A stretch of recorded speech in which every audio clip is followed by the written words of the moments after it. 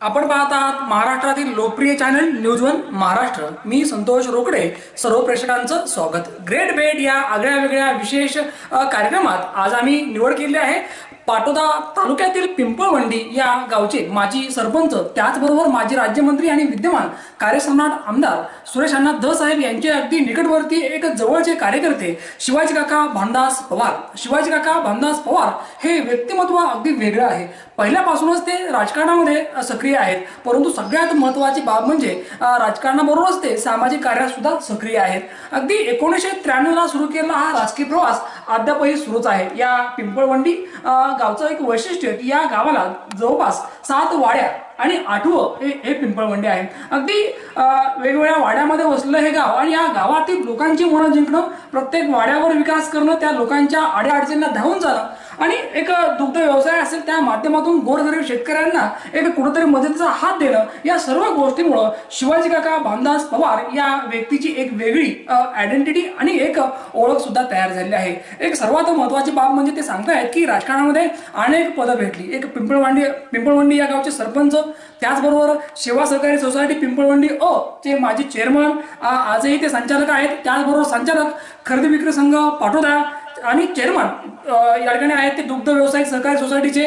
अगदी एक पाटोदा तालुक्याचा बघितला आपण तर तालुक्याच्या राजकारणातील एक चर्चेतला चेहरा म्हणून शिवाजी काका भानदास पवार यांची एक वेगळी ओळख आहे. अगदी सर्वात महत्वाची बाब म्हणजे काकांची ओळख अशी आहे की सुरेश अण्णा ध साहेब यांचे निकटवर्तीय आपल्या समोर आहेत शिवाजी काका भानदास पवार. काका, ग्रेट भेट या विशेष कार्यक्रमात तुमचं स्वागत. पिंपळवंडी या गावात तुमचं पूर्णपणे बालपण गेलेलं आहे, तर कशा पद्धतीने या गावामध्ये तुमचे अगदी लहानपणीचं शिक्षण असेल किंवा कौटुंबिक परिस्थिती असेल, कसं ते वातावरण होतं त्याबद्दल आमच्या प्रेक्षकांना आपण सांगावं.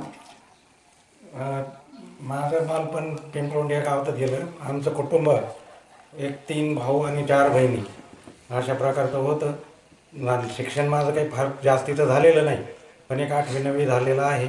आणि पहिल्यापासून थोडी राजकारणाची ओढ असल्यामुळं मी राजकारणाकडे थोडं केंद्र लक्षित केलं.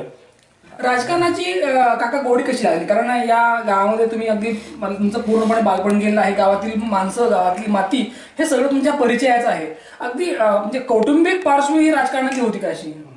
नाही, पण माझ्या घराला राजकारणाचा कसलाच वारसा नव्हता आणि त्यामुळं मला त्या बालपणात सतत सतवायचं की बाकीचे जे गावातली कंपनी असतील, कोणी चेअरमन त्यावेळेस असतील, कोणी सरपंच असतील, त्यांच्याकडे मोठे लोक त्यावेळेचे आमदार खासदार भेटायला यायचे. त्यावेळेस मला एक त्याची आपुलकी लागली होती की आपण काहीतरी असं केलं पाहिजे. म्हणून मी त्याच्याकडे वळले गेलो आणि ते मला सक्सेस झाल्या सगळ्या गोष्टी.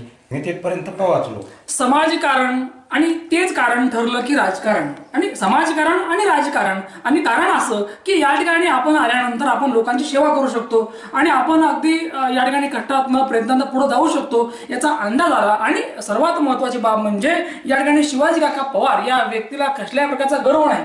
अगदी ते 4 माणसामध्ये सहजपणे मिसळून जातात आणि म्हणूनच या आवडी या व्यक्तीला अनेक वर्षापासून या नगरीतील लोकांनी स्वीकारलं आहे. काका, तुम्ही तुमच्या आयुष्याचा जो काही संघर्ष आहे तुम्ही कशा पद्धतीने हा तुम्ही सुरू केला आणि त्याला कसं तुम्हाला यश प्राप्त झालं?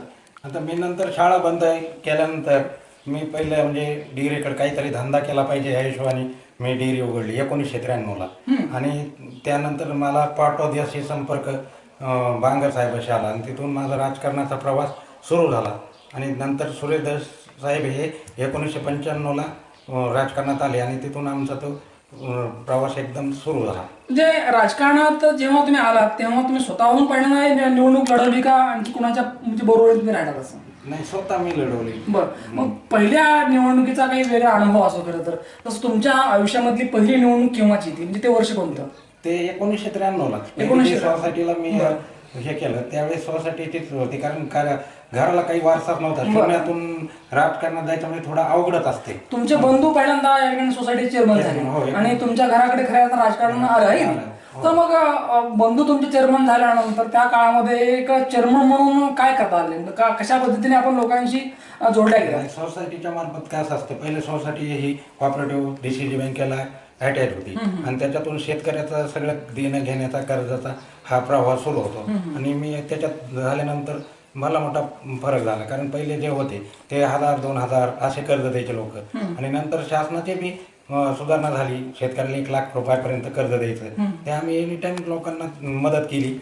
आणि पिंपळवंडी हे जे गाव आहे जवळपास 7 वाड्या आहेत आणि 8वं हे पिंपळवंडी आहे. एक मोठी ग्रामपंचायत आहे आणि ह्या मोठ्या ग्रामपंचायतीची या तालुक्यातील सगळ्यात मोठी ग्रामपंचायत आहे. आणि इथलं जे राजकारण आहे मुळामध्ये पवार कुटुंबाच्या म्हणजे तुमच्या कुटुंबाच्या अवतीभोवती फिरतं.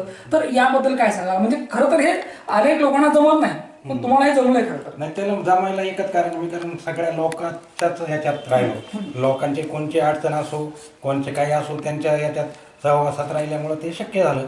बरं, काय नेमका लोकांची कामं केली की ज्या कामामुळे की काकांच्या अवतीभोवती किंवा काकांना मानणारा एक वर्ग तयार झाला? आता हे कसं आहे, ग्रामीण भागात असल्यामुळे लोकांच्या अपेक्षा केल्या मोठ्या कामाच्या नसतात. सर्वसाधारण शेतीच्याच अडचणी असतात किंवा कोणाचं दुखणं असतं, आधार असतो, हॉस्पिटल असतो, ह्या आमच्या इथपर्यंतच मराठीच्या असतात. आणि ते सुरेश दर्शनाच्या मार्फत आमच्या ते काम सगळे व्यवस्थित, कुठं दवाखान्यात आली अडचण आमच्या फोनवर नाही झालं तर त्यांच्या फोनवर, या पद्धतीने आम्ही काम करत राहिलो.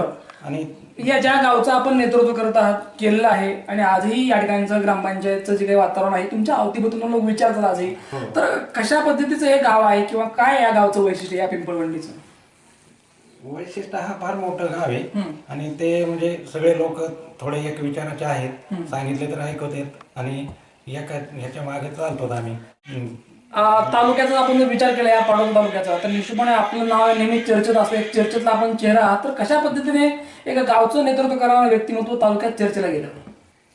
हा, तर हे कसं आहे, पायंडा पडलेला असतो तो ऑटोमॅटिकच जातो. सगळ्या लोकांच्या संपर्कात राहिल्यामुळे चर्चेत जा म्हणायची गरज नसते, त्याच्या प्रयत्नातूनच तो चर्चेत उतरतो. बरं, कारण चर्चा ही दोन्ही प्रकारची असते, चांगली आणि वाईट. तसं तुमचं चांगली चर्चा नाही. बरं काका, दुसरा मुद्दा असा की आपण या ठिकाणी दुग्ध व्यवसायिक सहकारी सोसायटीचे आपण चेअरमन आहात. तर नेमकी या पिंपळवंडी या गावातील दुग्ध व्यवसायाची परिस्थिती काय असेल नेमकी? आता सध्या दुष्काळाचे वातावरण असल्यामुळे दुग्धजन्य परिस्थिती थोडीशी खराबच आहे. कारण जनावरांना झोपण्याची शेतकऱ्यांना अशी पंचायती कसे झोपावं. साधारणतः किती आता कलेक्शन होतं मग? आता कलेक्शन फार कमी आहे, 200-250 लिटरच्या आसपास राहिले. आणि ह्या गावात कसं आहे, धंदा मोठा असल्यामुळे हॉटेल वगैरे याच्यात दुधाचा. किती वर्षापासून आपण याच्यात आहात म्हणजे या दुग्ध व्यवसायामध्ये? 1993 पासून. बरं, 93 ते आज म्हणजे नेमके म्हणजे दुग्ध जे काही आहे दुधाचं प्रमाण हे वाढले का कमी झाले? आणि कमी झालं ना दुष्काळामुळे. जो काही भाव मिळतो तो योग्य आहे का काय? नाही, भावामध्ये शेतकऱ्याचा सध्या संकटपणा आहे. बरं, पुढे तुमची राजकीय दिशा काय असेल तुम्हाला काय वाटतं नेमकं आता? कारण आपण तुम्ही माजी सरपंच आहात, चेअरमन आहात आहे ना माझी, तर पुढं आणखी काय करावं असं वाटतं? काय नाही, आता अन्नाचे मार्गदर्शन त्याला कसं असतंय, करावा ह्या हिशोबाने काही होत नसतं. त्याला वेळ काळ येतो आणि त्यावेळेस ते माणूस घडला जातो. त्याच्यामुळे आज अपेक्षा मी तुम्हाला हे करायचं ते करायचं म्हणलं तरी साध्य होईल हे काही सांगता येत नाही, पण वेळ आला तर काही माजी राज्यमंत्री आणि विद्यमान या ठिकाणी आपले आमदार, लोकप्रिय आमदार, कार्यसम्राट आमदार सुरेश अण्णा धस साहेब यांच्या आपण निकटवर्ती आहात. तर अण्णाच्या कार्याबद्दल, नेतृत्वाबद्दल काय वाटतं आपल्याला? अण्णाच्या नेतृत्वावर 100% भरोसा आहे आणि हे माझा वैयक्तिकच नाही तर आमच्या मतदारसंघाचा भरोसा आहे. त्याच्यामुळे कुठली शंका घ्यायचं काही कारण नाही. एक उत्तुंग असं व्यक्तिमत्व. ही होती ग्रेट बेड मध्ये एक विशेष मुलाखत. शिवाजी काका भामदास पवार, माजी सरपंच पिंपळवंडी, माजी चेअरमन सेवा सहकारी सोसायटी पिंपळवंडी, संचालक खरेदी विक्री संघ पाटोदा, चेअरमन दुग्ध व्यावसायिक सहकारी सोसायटी दरेवाडी. परत एकदा शिवाजी काका पवार यांना पुढील वाटचालीसाठी न्यूज वन महाराष्ट्र चॅनलच्या सर्व टीमच्या वतीने लाख लाख शुभेच्छा. पाहत राहा न्यूज वन महाराष्ट्र चॅनल. परत एकदा भेटूया अशाच काही अगदी मुलाखतीमध्ये. महाराष्ट्रात लोकप्रिय असलेल्या न्यूज वन महाराष्ट्र चॅनलला जर तुम्ही सबस्क्राईब केलेले नसेल तर आत्ताच सबस्क्राईब करा. News one Maharashtra.